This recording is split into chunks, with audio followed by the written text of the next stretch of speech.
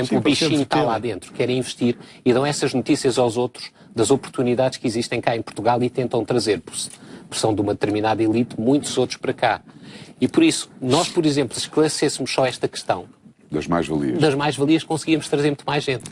E acredito que nós já mandámos 6 vezes perguntas para lá e isto é uma coisa que é dizer sim ou não. Tiago, e a Administração Fiscal não responde porquê? Há algum palpite? Porque não sabe ou porque não quer? Porque não quer.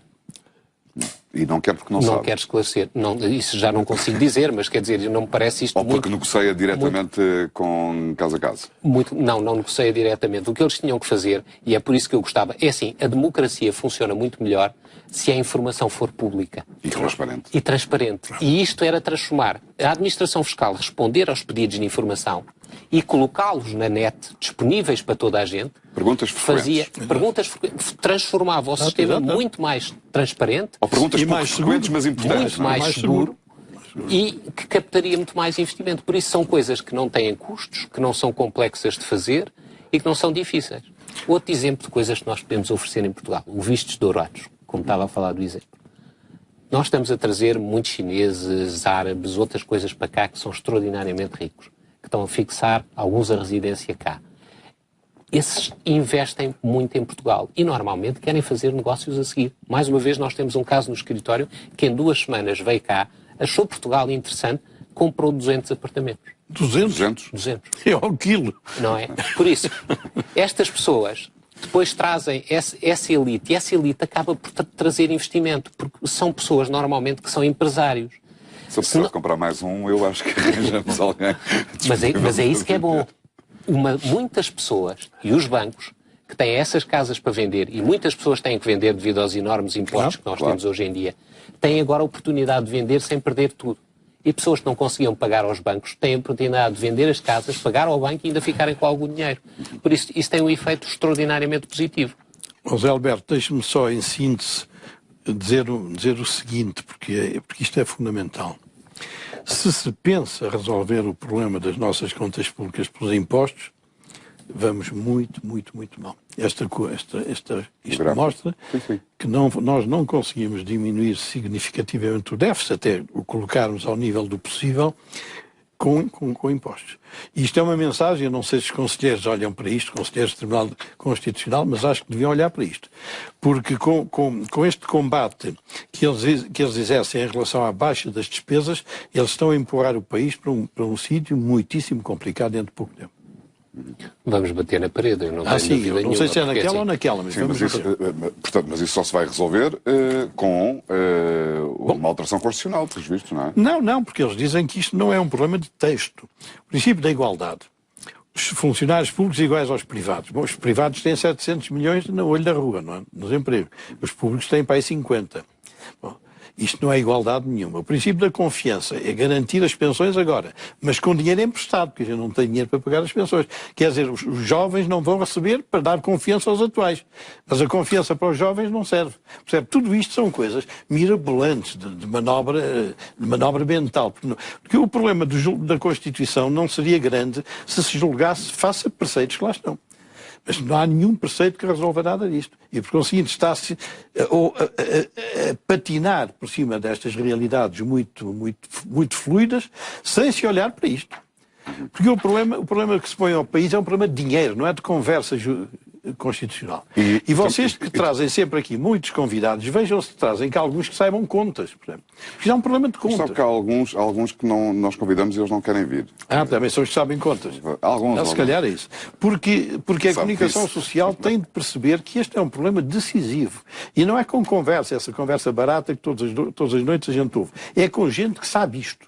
Sabe impostos, sabe finanças públicas, sabe economia. Mas a tendência que está aqui expressa, e ainda não houve nenhum sinal de que ela fosse invertida nem no plano das intenções ou das decisões políticas, é do agravamento fiscal. De resto, a primeira resposta que houve às últimas dificuldades foi... Pois insinuou-se que a solução era IRS, não é? Pois, mas é isso. Ou seja, mas não é solução. Isso não é solução. Não é solução. Não é. Nós temos uma coisa, nós temos cada vez mais pessoas a fugirem de Portugal. Por isso até a pirâmide demográfica não é só o envelhecimento acelerado, é a fuga de pessoas de cá. pessoas em idade enorme, ativa. Da idade ativa. Claro. Depois temos pessoas com elevadas qualificações, médicos, economistas, advogados, etc., a saírem de cá. Que já não ganhavam Porquê? muito em alguns casos. Porque não conseguem mas que ainda ganhar. por cima passaram a ganhar muito menos, não é? Não conseguem ganhar devido ao confisco que é feito pelos impostos. Aliás, nós, por exemplo, nos salários e em muitas formas de rendimento, temos impostos que são confiscatórios. E nós não fazemos nada em Portugal, continuamos a aceitar essa situação de uma forma passiva. Um embaixador de um país muito importante... Sim, de repente faz-me lembrar a história do Robin dos Bosques, não é? E do xerife de Nottingham, não é? O que me parece é que hoje em dia o Estado rouba a toda a gente para fazer ainda uma coisa que eu não percebi muito bem com o que é que faz com o dinheiro, não é? Porque eu acho que aquilo é uma espécie de poço sem fundo onde quanto mais se atira. E eu desculpem a expressão, mas há uma expressão que é adorável, que uma vez ouvi num cliente meu, que é o next shot.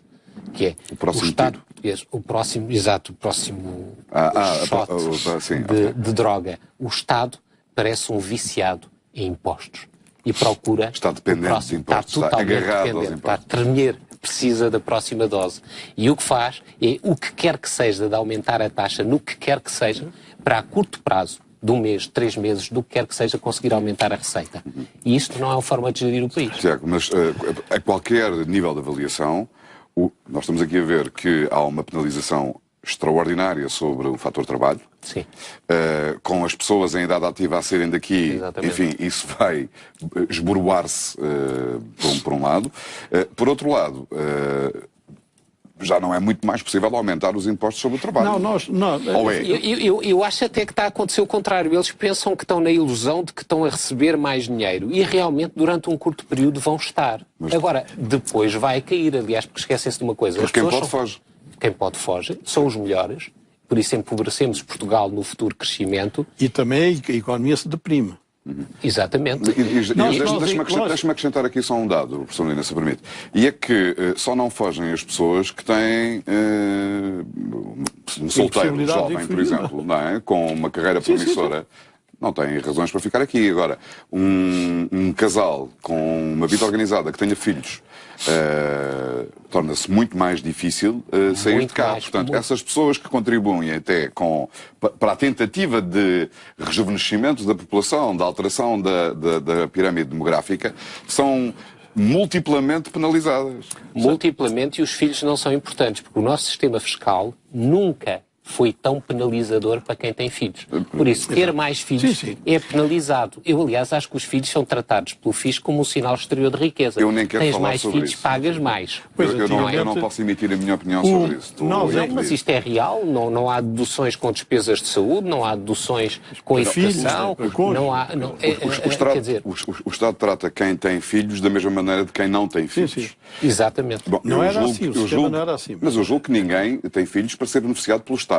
Agora, o que é verdade é que, a partir do momento em que os filhos existem, nós sabemos que essa é uma necessidade imperiosa do país a longo prazo. É rejuvenescer a população. Agora, tratar fiscalmente da mesma forma as pessoas que têm filhos, daquelas que, com o mesmo salário, podem fazer tudo o que lhes apetece, não contribuindo para essa renovação da pirâmide demográfica, é de uma injustiça. Eu até acho que há uma coisa, já que o Tribunal Constitucional parece ser particularmente sensível ao princípio da igualdade, uma família que tem filhos não é igual a uma pessoa que não tem. E porquê é que não declaram isso inconstitucional? Estão muito preocupados com os salários, porque não houve mas não declaram inconstitucional a coisa mais óbvia do mundo, que é a defesa... Não houve 1/10 dos deputados a pedir. Pois, porque é a defesa da infância e a defesa da sustentabilidade do país e da igualdade, porque são situações desiguais. Isso pode dar uma ideia para uma petição. Essas coisas nunca dão nada. Mas qualquer coisa assim inteligente porque há muita gente que sente isto na pele diariamente. Mas é uma desigualdade. E é uma coisa que devia ser considerada. E que era considerada. Nós, técnicos de impostos, falamos da curva de Laffer. Este senhor Laffer, eu não sei que nacionalidade era, americano, inglês ou qualquer, australiano. A curva de Laffer. É uma coisa assim, eu tenho aqui.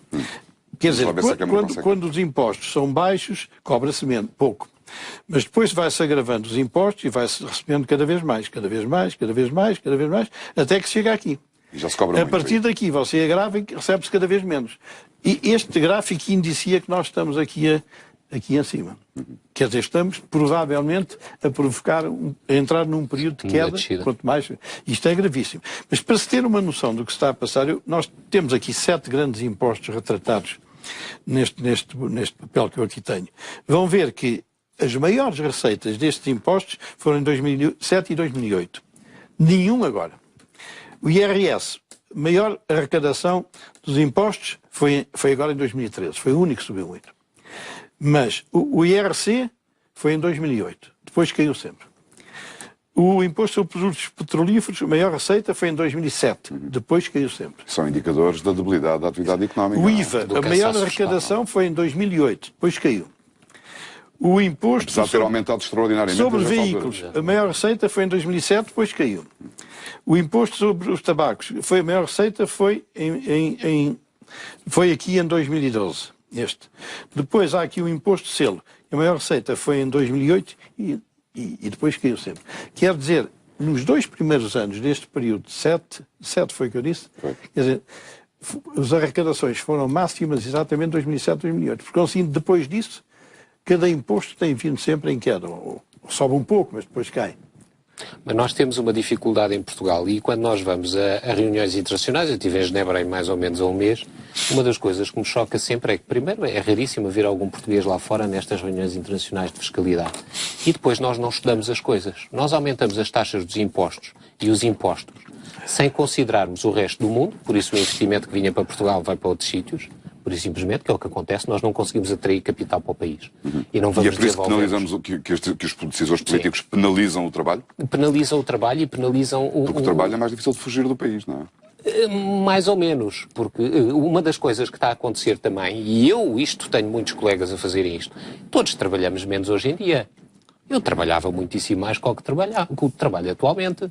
Porquê? Então, Porquê é que eu vou trabalhar mais? Porque a partir de certo ponto, o meu rendimento é praticamente todo transferido está em novembro, começa a trabalhar. Não, mas é isso mesmo. Qualquer dia estamos, mas é em 31 de dezembro, não é? Damos um quarto de hora de rendimento. E isso não é que não é possível. E nós tínhamos pessoas, pessoas que tinham 2 e 3 empregos que agora só têm um. Mas, Tiago, deixa-me... Que é racional. Epá, o pediatra dos meus filhos fugiu de Portugal e tem 73 anos. Quer dizer, porque não vale a pena trabalhar cá. O rendimento dele é praticamente todo para o Estado. Ele disse, não vou ficar cá. Foi para o Brasil, está a trabalhar em São Paulo. E nós temos isto a acontecer permanentemente, não é? Agora, este nosso sistema, enfim, no estado em que está, não atrai nada. Não é competitivo e, por conseguinte, não atrai. E nós temos aí uma listagem das razões pelas quais não é atraente. E então quais são? As taxas muito altas. É óbvio, toda a gente sabe. A instabilidade do regime fiscal. Todos os orçamentos alteram 100%, 120%. Eu nos orçamentos costumava contar as alterações. Cheguei a 140, mas depois deixei-me disso. De um ano para o outro mudam 140 regras. 140%. Sim. Depois a incerteza sobre as decisões da autoridade tributária. É tal informação vinculativa. E mudam 140 regras que normalmente nós não conseguimos perceber para o que é que mudaram. Porque a qualidade legislativa... Você sabe como... É assim, aquilo não é uma questão de interpretação, é uma questão de crença. Eu creio, mas quase religiosa, que me parece que isto vai nesta direção. Deixe-me dar-lhe uma indicação, se é que o Ministério das Finanças mantém o mesmo espírito de há muitos anos. Aquilo funciona da seguinte maneira. A Direção-Geral, basicamente, dos Impostos, vai juntando ao longo do ano casos duvidosos, dificuldades, etc. E depois manda para o gabinete do Ministro propostas. E muitas daquelas alterações são fruto daquela meditação sobre casos concretos ao longo do ano. Por conseguinte, aparecem agora 3, depois mais 10 e tal. Depois o Ministro que não olha para aquilo, manda tudo. Se o Ministério das Finanças é assim, hoje como era, é assim que estas coisas acontecem nos impostos. É uma coisa estranha, mas no tempo em que lá estive, já era assim. Simplesmente esses tempos não eram tempos tão difíceis e tão preocupantes. Não é? E isto não atrai ninguém. Você quer investir num sítio qualquer, nem sequer lhe garantem para além de um ano. Nós também, além de emagrecermos a vários níveis, não devíamos também emagrecer esta produção legislativa, regulamentar. Teve cá o professor Valadares Tavares, você não viu? Não, por acaso não vi. O número de páginas do Diário da República. Sim. Por governo. Sim. Era assim, depois foi subindo. Agora são 8.000 páginas, ou não sei o quê. Bom, portanto, tudo isto é um absurdo, mas ninguém para olhar para o absurdo. A outra causa é a complexidade do regime. Isto é a maior das confusões. E é tão confuso isto, que já foi já há um preceito que aqui uma colega que trabalha comigo referiu. É um artigo, que é o artigo 68 da Lei Geral Tributária, não sei se você olhou por isso alguma